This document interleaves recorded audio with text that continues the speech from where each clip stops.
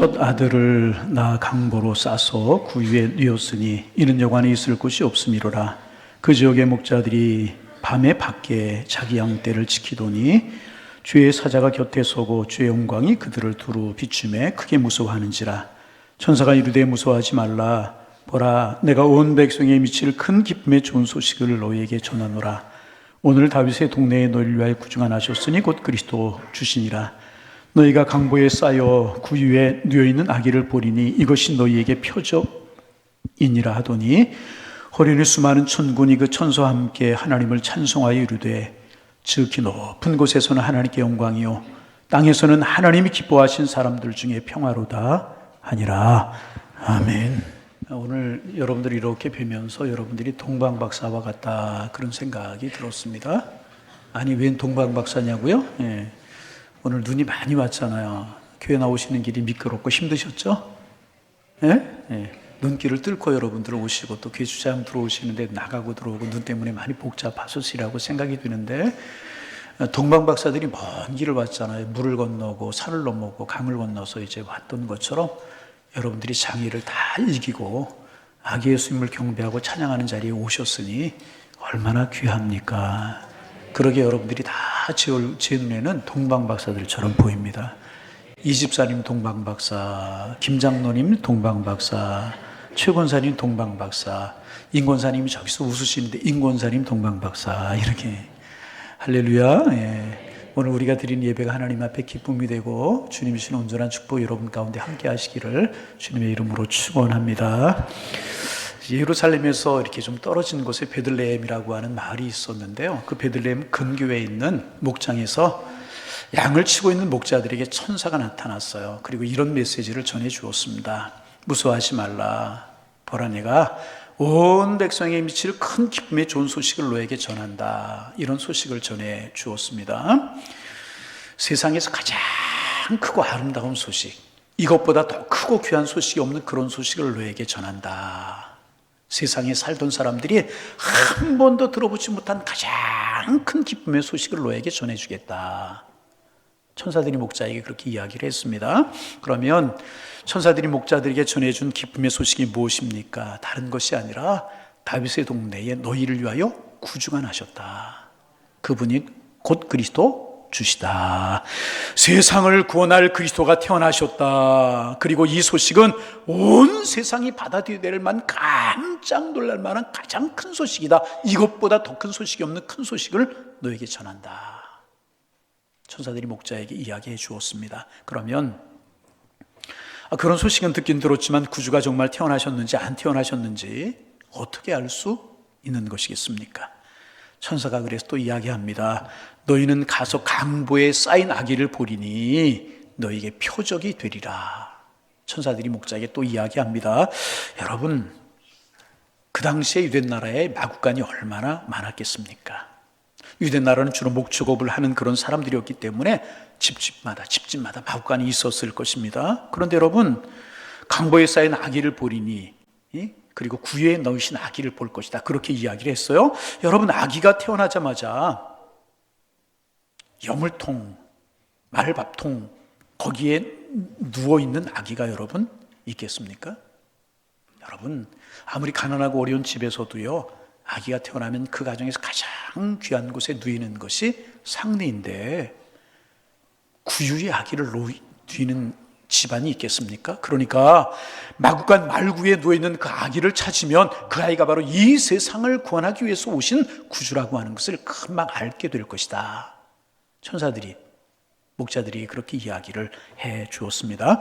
목자들은 천사들의 말을 듣고 베들레헴으로 달려가서 이 집 마구간 저 집 마구간 기웃거리며 찾아보았을 것입니다. 정말 여물통에 누워있는 아기가 있는지 없는지를 찾았을 것입니다. 그러다가 한 곳을 찾게 되었습니다. 그곳에는요, 정말 투박하고 낡은 강보에 쌓여서 구유에 누워있는 아기가 있었습니다. 그 옆에는 마리아와 요셉이 있었습니다. 그리고 목자들은 그 아기께, 구주께, 예수님께 경배를 하고 찬양하며 돌아왔습니다. 기뻐하면서 그들이 돌아간 것입니다. 구유에 그들은 사람을 만날 때마다 구주가 나셨습니다. 구주가 나셨습니다. 우리를 구원할 구주가 나셨습니다. 깊은 소식을 전하는 사람들이 되게 되었습니다. 오늘은 천사들이 목자에게 전해준 메시지 가운데 특별히 두 가지를 묵상해 보려고 합니다. 정말 주님의 세상에 오셨다는 것이 우리가 들은 소식 가운데 가장 기쁜 복음이 되기 위해서 이 두 가지를 우리는 꼭 기억해야 될 것입니다. 첫째는 구유에 누인 아기라고 하는 말입니다. 여러분, 이게 무슨 말이겠습니까? 구유에 누인 아기라고 하는 말이 무슨 뜻이겠습니까? 이 말은 여러분 단순합니다. 하나님이 사람이 되셨다. 눈길 헤치고 오시느라고 수고하셨는데요. 한 번만 더 수고하실까요? 한번 해보실까요? 하나님이 사람이 되셨다. 구유에 누인 아기라고 하는 말은 뭐냐 하면 하나님이 사람이 되셨다. 여러분, 그런 뜻입니다. 하나님이 나와 똑같은 사람이 되셨다는 것입니다. 바꿔 이야기하면 창조주이신 그분이 창조물이 한 부분이 되셨다. 그런 뜻인 것입니다. 광대하신 창조주 하나님께서 작아지셔서 마침내 난세파가 될 정도로 아주 작아지셨다는 것입니다. 여러분, 이것이 가능한 것이겠습니까?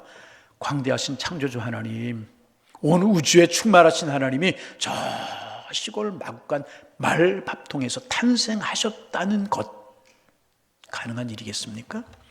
그래서 그분이 사람이 되셔서 이 세상에 오셨다는 것입니다. 우리가 입는 옷을 입으시고 우리가 신는 신발을 신으셨습니다. 우리가 사용하는 숟가락을 드시고 우리가 먹는 음식을 친히 잡수셨습니다. 우리가 마음 아파 고통 중에 흘리는 눈물을 같이 흘리셨고 그분은 사람이 되셨다는 것입니다. 여러분, 이것이 가능한 일이고 이것이 있을 수 있는, 이해할 수 있는 일이겠습니까? 그러나 하나님이신 예수님께서는요, 그렇게 세상에 오셨다는 것입니다. 그러면 왜 그렇게 하셨는가? 여러분, 동병상련이라고 하는 말을 아십니까? 같은 병을 앓고 있는 사람끼리는 서로 사랑하고 서로 통하고 동경한다는 것입니다. 처지가 같으면 서로 이해하게 되고 서로 사랑하게 되고요, 서로 처지를 이해할 수 있게 된다는 것입니다. 하나님이 구유에 누이신 아기가 되셨다 하는 이 말은요, 동병상련의 법칙이 우리에게도 그대로 적용이 되는 것입니다. 그러면 하나님이 왜 사람이 되셨습니까? 그 하나님이 우리를 좀 더 알고 싶으셔서 친히 사람이 되신 것입니다. 내가 너를 조금 더 알고 싶구나, 다가가고 싶구나, 그래서 사람이 되신 것입니다. 이것이 예수님께서 구유에 탄생하신 이유인 것입니다. 여러분, 크리스마스 때만 되면 생각나는 아름다운 이야기들이 많이 있지만 그 중에 하나가 또 있어요. 하와이 군도에 몰로카이라고 하는 섬이 있습니다. 미국이 늘어난 나환자들을 어찌할 수가 없어서 그 섬에 수용하기 몰로카이라고 하는 섬, 하와이 군도 앞에 있는 섬에 이제 원래 무인도였었는데 그 섬에 나환자들을 수용하기 시작했습니다. 그런데 1813년 5월 10일 벨기에 출신의 다미엔이라고 하는 신부가 33살의 나이에 그 섬으로, 나환자들이 모이는 섬으로 들어갑니다. 수많은 사람들이 나병으로 죽어가는 그곳에 들어간 다미안 신부는 환자들에게 집을 지어줍니다. 나환자들의 고름을 짜줍니다. 환부를 씻어내주고 붕대를 감아주고 희망을 잃어버린 사람들에게 예수님은 당신을 사랑하십니다, 십자가에 피 묻은 복음을 전하며, 우리 주님이 우리의 질고와 우리의 모든 질병을 친히 짊어지시고 십자가에 죽으셨습니다. 그러기에 우리에게 소망이 있습니다, 희망이 있습니다. 주님을 바라보십시다. 매일매일 복음을 전하면서 죽어가는 이들을 위해서 관을 만들어주고 무덤을 파고 장례식을 치러주고 그랬습니다. 하지만 온몸이 썩어가는 이 나환자들이 다미엔 신부의 뒤통수에다 대고 비웃으면서 말을 합니다. 자기는 건강한 몸을 가지고 있기 때문에 하나님이 자기를 사랑한다고 이야기할 수 있지, 우리 같은 이 나환자로 몸이 썩어 들어가고 있고 죽는 날을 기다리는 이 나환자, 우리 어떻게 하나님이 사랑하면 어떻게 이런 일이 있을 수가 있어? 자기는 건강하니까 믿음을 가지고, 하나님을 향한 믿음을 가지고 산다고 이야기하지만 만약에 우리처럼 날마다 자기 몸이 썩어 들어간다면 다미엔도 그렇게 말하지 못할 거야. 그러면서 조롱하면서 비웃었습니다. 가슴이 아팠어요.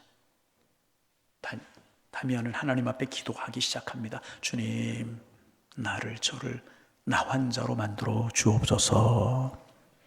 예수님, 죄인들을 구원하시기 위하여서 죄인같이 되셨던 것처럼 나도 나은 자가 되어서 저들에게 복음을 전하기를 원합니다.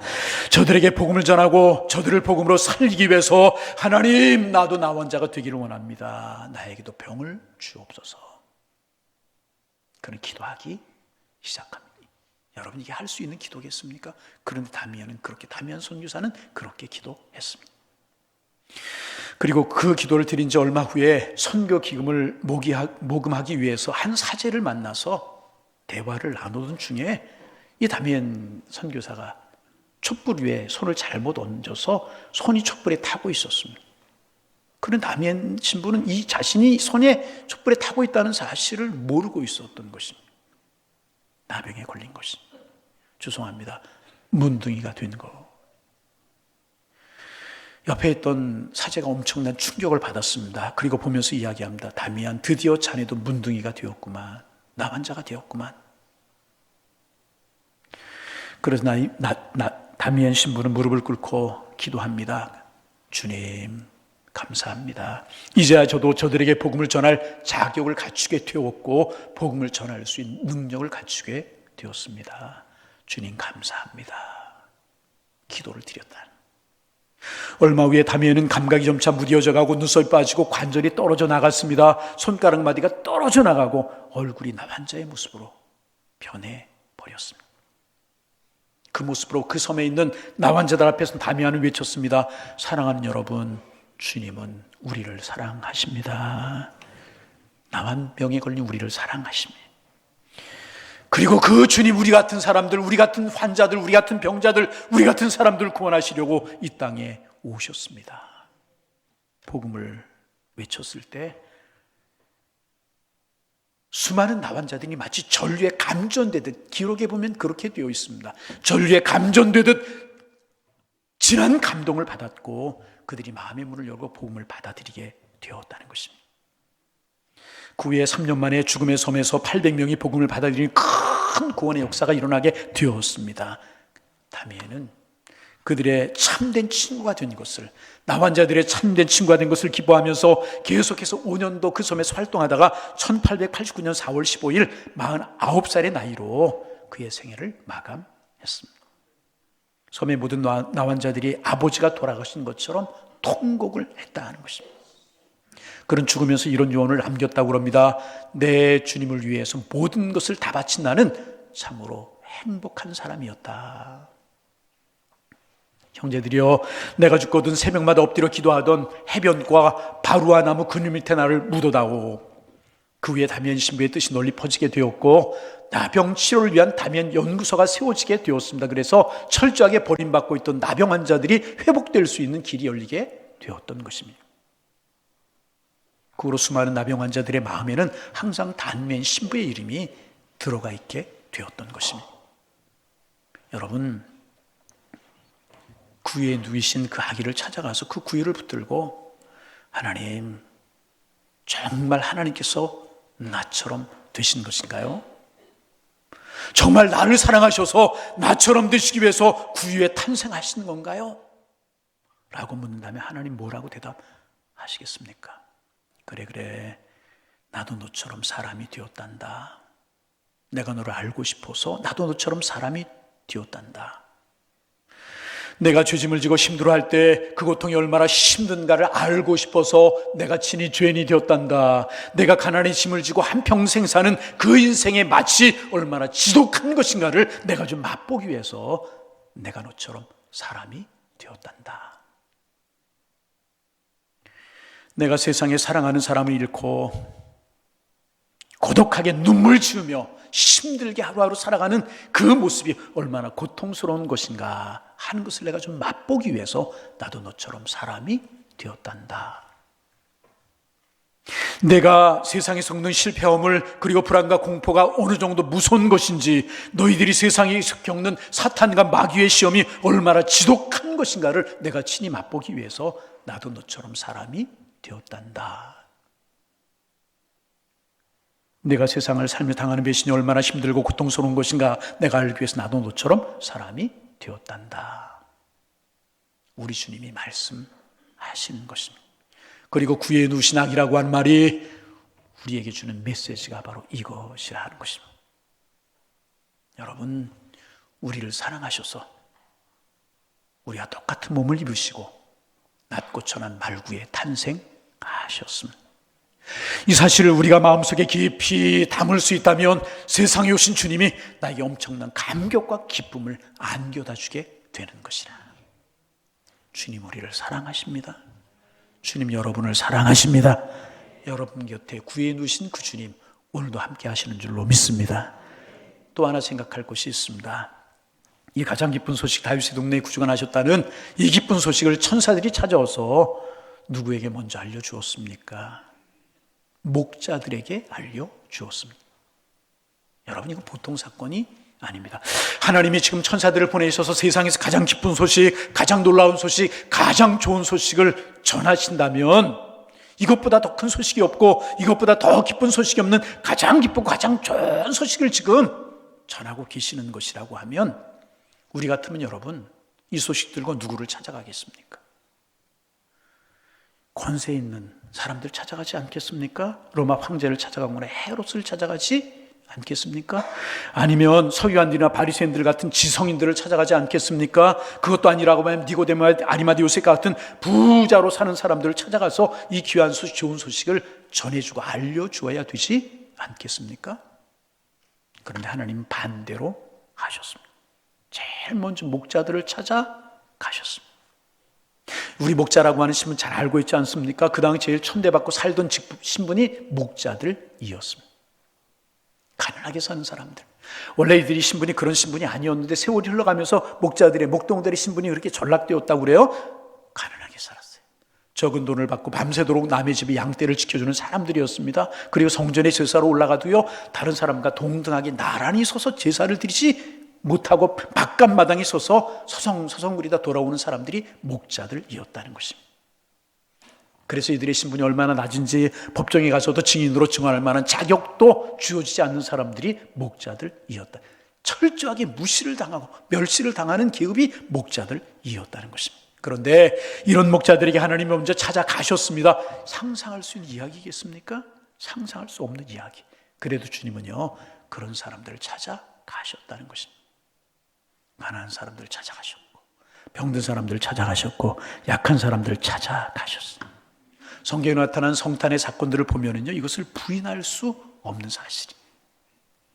여러분, 왜 마리아와 요셉 같은 시골에서 가난하게 사는 사람들에게 우리 주님은 관심을 가지셨겠습니까? 여러분, 요셉이 누굽니까? 몰락한 왕가의 후손이었어요. 여러분, 우리나라 조선시대에 살던 그 왕가, 몰락한 후예들 우리가 지금 기억하고 있습니까? 기억하지 못하고 있잖아요. 요셉은 몰락한 왕가의 후손으로 나사렛이라고 하는 정치, 경제, 문화 모든 것에 후미진 시골 마을, 저 시골 마을에서 평생 목수일을 하면서 어깨 한번 제대로 펴보지 못하고 큰 소리 한번 쳐보지 못하고 그렇게 살다 갈 사람이 요셉이었습니다. 마리아는 누구입니까? 그 목수의 아내로 명품 가방, 명품 옷은 고사하고요, 남들 얻는 옷도 제대로 입지 못하고 어려운 삶을 살아가야만 되는, 그렇게 살다가 가야만 될 사람이 마리아였었습니다. 그런데 우리 주님은 그 마리아를 사용하셨습니다.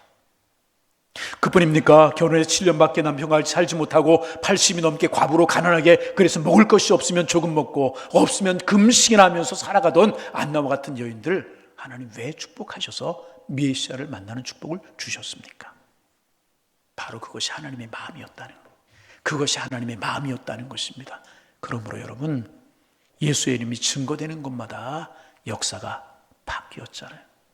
개인이 변화되고 가정이 변화되고 사회가 변화되고 국가가 변화되는 은혜가 임했잖아요. 여러분, 만일 140년 전에 이 땅에 기독교가 들어오지 않았다면 어땠을까요? 우리가 예수님을 몰랐다면 그 조선시대에 천민으로 살던, 역적으로 살던 실패자들, 백정으로 살던 사람들 어떻게 되었겠습니까? 정치에서 밀린 사람들, 그 후손들이 대우받고 사는 사회가 되었겠습니까? 여러분 한번 생각해 보시기를 바랍니다. 그렇지 못할 수.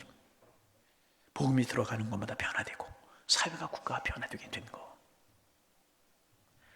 한 노총각이 결혼을 좀 해야 되겠다 싶어가지고 결혼 중모 사이트에 접속을 했답니다.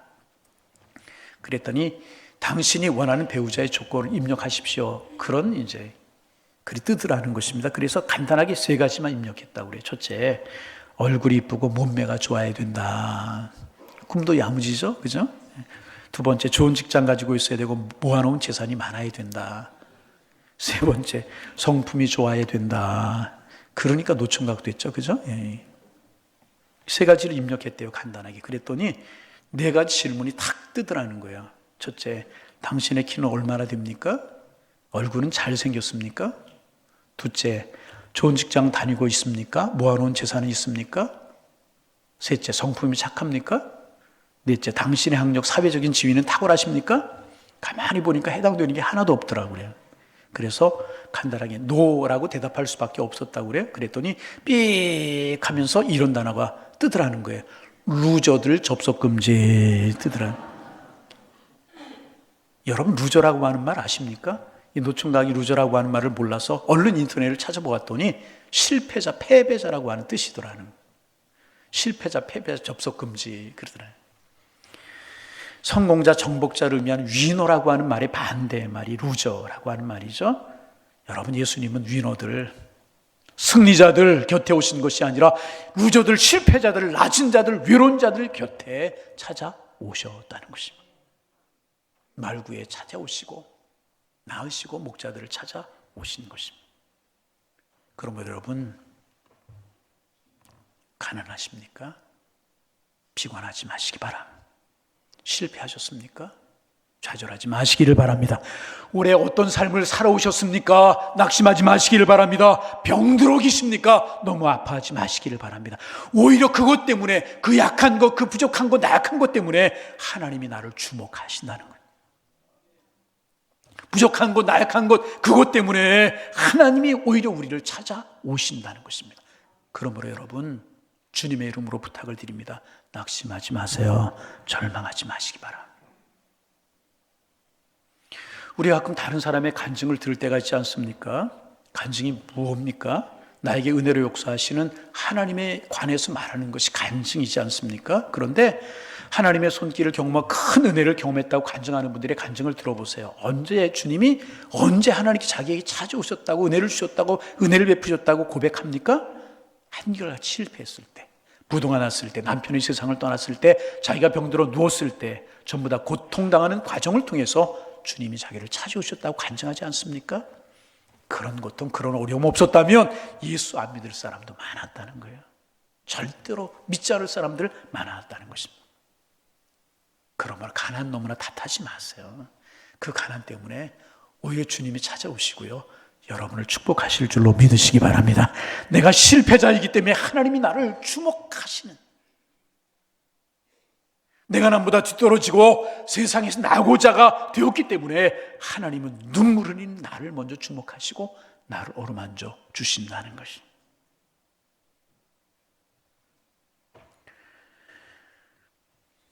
우리 이 사실을 알아야 되는 것입니다. 그래서 이 놀라우신 하나님을 내 마음에 맞아들이면 어려운 내 여건도 바꿔주시고 하늘의 복과 땅의 복으로 우리의 필요를 채워주시고 세상에서 사람 구실할 수 있도록 하나님께서 우리를 높이 들어주신다. 그래서 여러분 오늘 우리가 존재하는 것 아니겠습니까? 그래서 여러분 구유에 누우신 예수님이 누구십니까? 모든 역사의 축이고의 전환점이었습니다. 인류 역사가 그가 나시기 전 BC, 그가 난 후인 AD로 나눌 만큼 세계 역사는 히스토리, 그분의 이야기 아니겠습니까? 그만큼 세상에 오신 예수님은 역사의 주가 되시는 것입니다. 그래서 역사에 담겨놓은 게 신비들을 푸는 열쇠가 되셨습니다. 예수님 빼면 역사를 설명할 길이 없는 것입니다. 할렐루야. 그래서 필립 샤프라고 하는 위대한 역사가는 이런 말을 했어요. 세상은 공동묘지와 같이 살벌한 곳이다. 하지만 구유에 누우신 예수님이 세상의 꽃으로 오셔서 이 세상을 하나님의 나라의 아름다운 정원으로 바꾸어 주신다. 그 꽃이 우리의 가슴 속에 피고 있다. 그렇습니다. 성탄을 통해서 사람이 하나님이신 꽃이, 예수님의 꽃이 우리 안에서 피어나고 있는 것입니다. 이 꽃을 우리가 바라보면서 여러분 기뻐하시기를 바랍니다. 감사하시기를 바랍니다. 그분이 나의 주님 되심으로 인하여 기뻐하며 살아가실 수 있는 하나님의 사람들 다 되실 수 있기를 주님의 이름으로 축원합니다. 마지막으로 꼭 하나 기억해야 되는 것이 있어요. 우리만 기뻐해서는 안 된다는 거예요. 성탄절이 우리만 기뻐해서는 안 된다는 것입니다. 우리의 주변을 돌아보아할 수 있어야 된다는. 구유에 누신 그 아기 예수님을 만났다면 저렇게 세상에서 눈물을 흘리며 좌절 가운데 앉아 있지 않을 사람들 많을 것이라는 거예요. 구유에 누신 그 예수님만 만났다면 저렇게 증오심에 복수심에 불타서 남을 해치지 않을 사람이 너무너무 많다는 것입니다. 구유에 누신 그 예수님을 만난다면, 그 주님의 은혜의 품에 안기는 은혜를 맛보았다면, 목자들을 찾아오신 그 주님을 만났다면 저 형무소에, 저 교도소에 가지 않을 사람들 많이 있었을 것이라. 주님을 만났다면 그럴 사람들 많이 있었을 것이라. 병상에 신음하고 있지만 낙심하지 않고 세상을 살아갈 사람들, 그 구에 누신 주님 만났다면 얼마든지 있을 수 있었다는 것입니다. 그러게 우리는요, 이런 분들에게 구에 누우신 생명의 주님을 전해야 되는 것입니다. 그래서 그분들도 예수님 때문에 자신들이 인생이 바뀌는 기적을 경험하도록 해야 되는 것입니다. 우리만 기뻐하는 성탄절이 되어서는 안 될 것이라. 이 놀라우신 주님, 나를 덜 위해 사람으로 말고 해 오신 주님, 가장 가난하고 가장 어렵고 가난한 힘든 처지에 놓여 있는 자들을 먼저 찾으시며 세상에 오신 주님, 우리가 이 주님을 세상에 전하면 그 예수님을 듣는 자마다 그 가슴에 큰 역사가 일어나고 혁명이 일어나고 변화가 일어나게 될 것이라 하는 것입니다. 여러분, 그래서 성탄절은요 정말 기쁜 성탄절인 것입니다. 여러분, 마음껏 즐거워하고 마음껏 기뻐하시기를 바랍니다. 기쁨의 주인공들 다 되시기를 바랍니다. 평화의 주인공들 다 되시기를 바랍니다. 예수님 만나는 주인공이 되시고 이 복음을 전하며 사는 사람들 되셔서 여러분의 인생과 여러분의 주변에 있는 사람들의 인생이 행복함을 누리는, 그런 복을 누리며 살아가시는 하나님의 사람들 다 되실 수 있기를 주님의 이름으로 축원합니다. 축원합니다. 하나님, 올해도 성탄의 은혜를 저희들이 허락하여 주시오니 감사합니다. 말구에 탄생하신 주님, 사람 되심의 은혜 우리 기억하며 살게 하셔서 행복한 삶을 살아가는 저희가 될 수 있도록 축복하여 주옵소서. 목자들을 찾아오신 주님, 나의 주님을 기억하고 어떤 형편, 어떤 여건, 어떤 어려움 가운데 있든지 주님이 나와 함께 하심을 믿고 주님이 플러스의 인생을 살게 하실 것을 믿고 담대하게 이기며 살아가는 하나님 사람들 될 수 있도록 도와주셔서 세상살이가 행복하고 세상살이가 복이 되고 세상살이가 은혜가 될 수 있도록 은혜 위에 은혜를 도와여 주옵소서. 이 복음을 전하며 살게 하셔서 우리의 주변에 천국 되고 하나님의 나라가 임할 수 있도록 하나님 함께하여 주옵소서. 예수님의 이름으로 기도하옵나이다. 아멘.